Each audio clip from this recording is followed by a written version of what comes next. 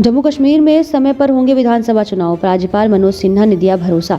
उपराज्यपाल ने राजौरी पूंछ के हालात से लेकर बिजली के मुद्दे पर खुलकर चर्चा की। उन्होंने कहा, जम्मू कश्मीर पुनर्गठन अधिनियम को लागू किए जाने समय ही प्रधानमंत्री और गृहमंत्री ने संसद में कहा था कि जम्मू कश्मीर में पहले परिसीमन होगा और फिर विधानसभा का गठन होगा। उचित समय पर जम्मू कश्मीर को पूर्ण राज्य का दर्जा दिया जाएगा। हम इस पर कार्य कर रहे हैं। उपराज्यपाल मनोज सिन्हा ने शनिवार को कहा कि भरोसा रखें, जम्मू कश्मीर में विधानसभा चुनाव सुप्रीम कोर्ट द्वारा तय निर्देशों के अनुरूप समय पर करवाए जाएंगे।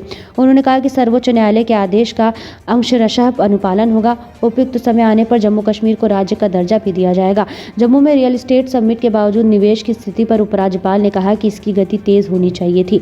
हम निवेशकों के अनुकूल माहौल बनाना था और हम इस पर कार्य कर रहे हैं। राजभवन में लोहड़ी मिलन समारोह में मीडिया से अनौपचारिक चर्चा में उपराज्यपाल ने राजौरी पूंछ के हालात से लेकर बिजली के मुद्दे पर खुलकर चर्चा की।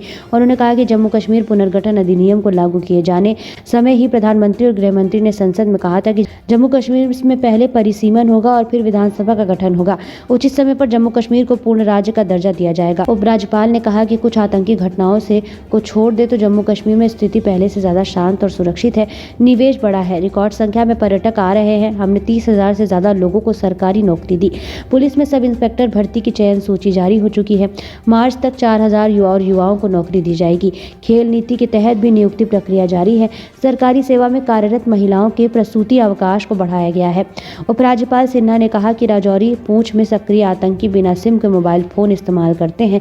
हम तकनीक के इस्तेमाल पर अधिक निर्भर हो गए हैं, पर ह्यूमन इंटेलिजेंस का कोई विकल्प नहीं है। इस कमी को दूर किया जा रहा है। जल्द ही राजौरी पूंछ में आतंकी नेटवर्क नष्ट कर दिया जाएगा।